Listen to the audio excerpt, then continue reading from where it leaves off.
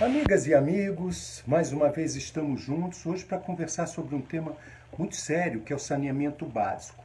Quando se fala em saneamento básico, nós temos que avaliar fundamentalmente 4 itens, que seria o abastecimento de água tratável e logicamente potável, o tratamento do esgoto, quer seja a céu aberto ou não, a gestão dos resíduos sólidos e os cuidados com as águas das chuvas que se acumulam. O fato é que a falta de atenção há muitas décadas por parte dos gestores trouxe e segue trazendo danos incalculáveis ao sistema de saúde, à produtividade individual e coletiva, com reflexos assim importantíssimos na economia nacional. Também a verdade nua e crua é que, incompreensivelmente, mais de 55% da população brasileira não possui acesso ao saneamento básico. Estamos falando em mais de 110 milhões de habitantes. Vou citar como exemplos. Aproximadamente 35 milhões de brasileiros não têm acesso à água potável. Isso dá em torno de 18% da população.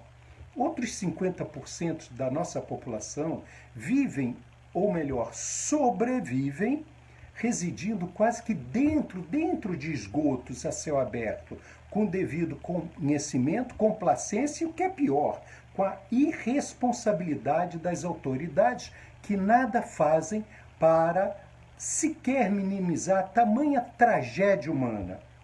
Somente 46% do esgoto produzido em todo o Brasil recebe o tratamento adequado.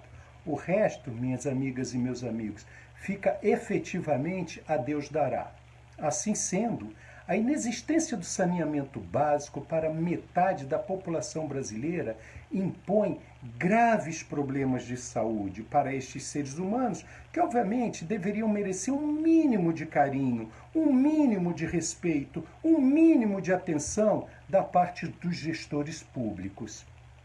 Sob o ponto de vista da saúde individual e coletiva, pública, não é? Afirmo que esta população está absolutamente indefesa e relegada a um plano muito inferior, sujeita a morbidades e mortalidades decorrente de contágios por vários tipos de doenças. Por exemplo, as várias diarreias, dos tipos de diarreias que tem, por vários tipos de micróbios ou mesmo a vírus, tá certo? As hepatites, a dengue, esquistossomose, leptospirose, cólera, amebias e assim por diante.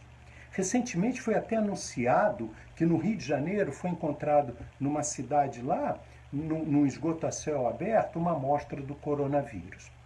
E mais doloroso que possa ser, que toda essa tragédia, isso é muito doloroso, atinge principalmente as crianças em populações de baixa renda, que já estão suficientemente sufocadas por todas as mazelas e agressões que a vida possam lhes trazer, não somente sobre o ponto de vista da saúde de uma forma geral, mas também olhando o lado socioeconômico e até humanitário, uma questão humanitária, que praticamente impedem que essas crianças e famílias possam crescer e se desenvolver cultural, intelectual e economicamente falando.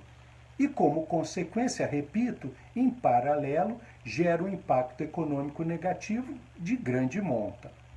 Não menos trágico, minha gente, é o fato de 30% do povo brasileiro não ter disponível o acesso à água potável. Isso é terrível.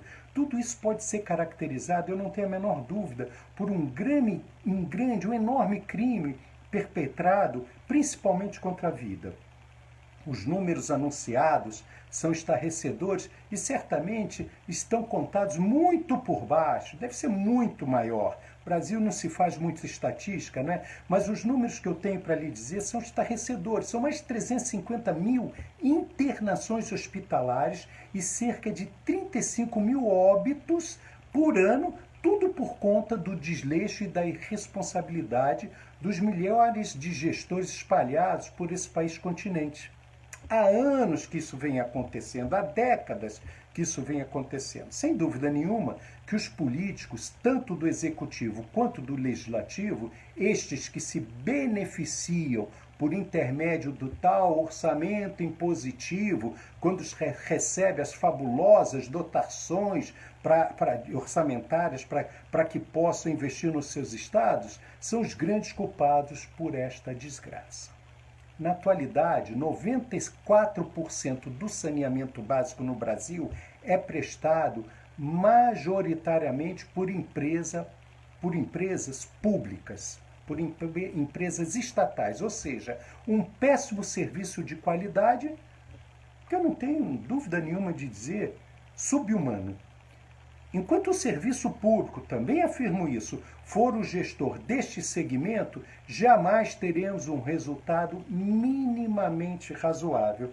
A história está mostrando, são décadas e décadas. Basta dizer que as contas que nós recebemos, todos recebemos em casa, por conta de luz, de água, esgoto, essas coisas, todo esse dinheiro arrecadado, que não deve ser pouca coisa, não consegue ser utilizado para reinvestimento.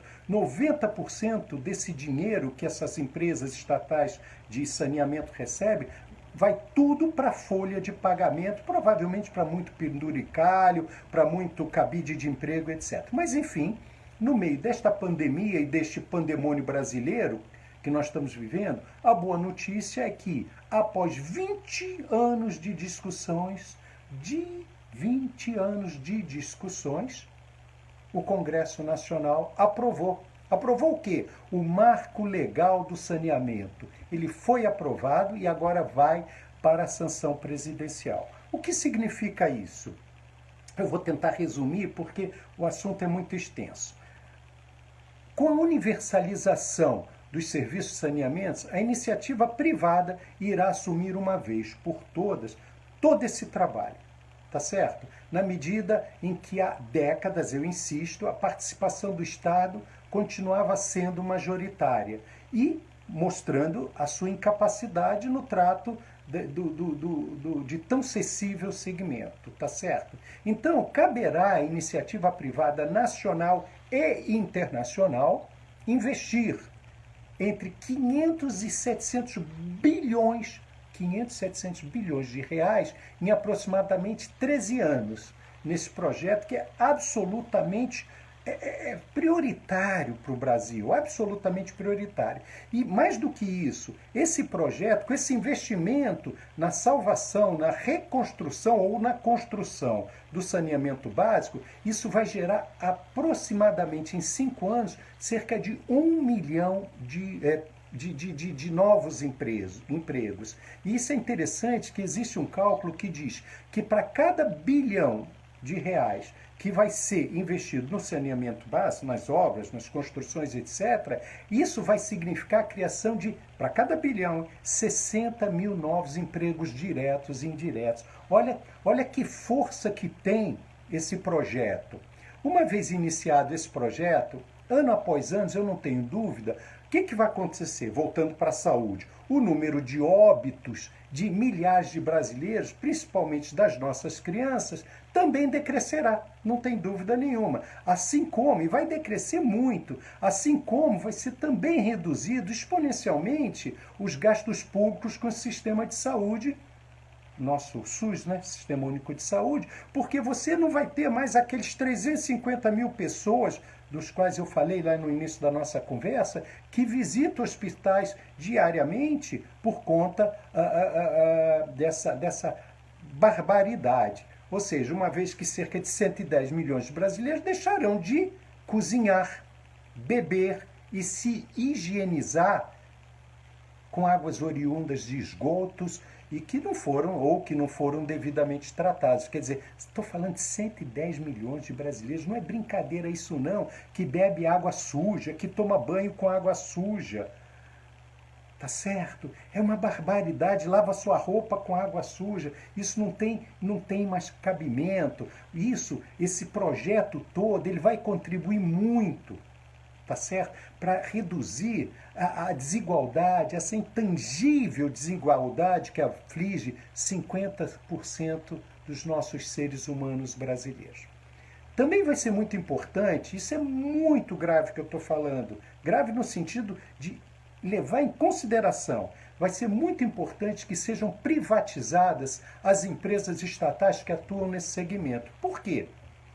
Porque já ficou claro que a presença dessas estatais, se mantiver do jeito que está, se mantiver ficar participando desse processo, terá enorme atraso. Onde tem empresa estatal, tem atraso, tem má gestão, vai ter perdas de recursos e talvez até certos desvios e não menos corrupções. Aliás, como a gente já sabe, é hábito no nosso país. Porque eu vou insistir, a permanência dessas empresas nas mãos de políticos inescrupulosos significará, sem dúvida nenhuma, a perenização de tudo aquilo que interessa aos velhos coronéis para manter os seus interesses pessoais e currais eleitorais. E que se dane o povo brasileiro, os 110 que estão sofrendo aí e perdendo todo dia vidas dos seus entes queridos.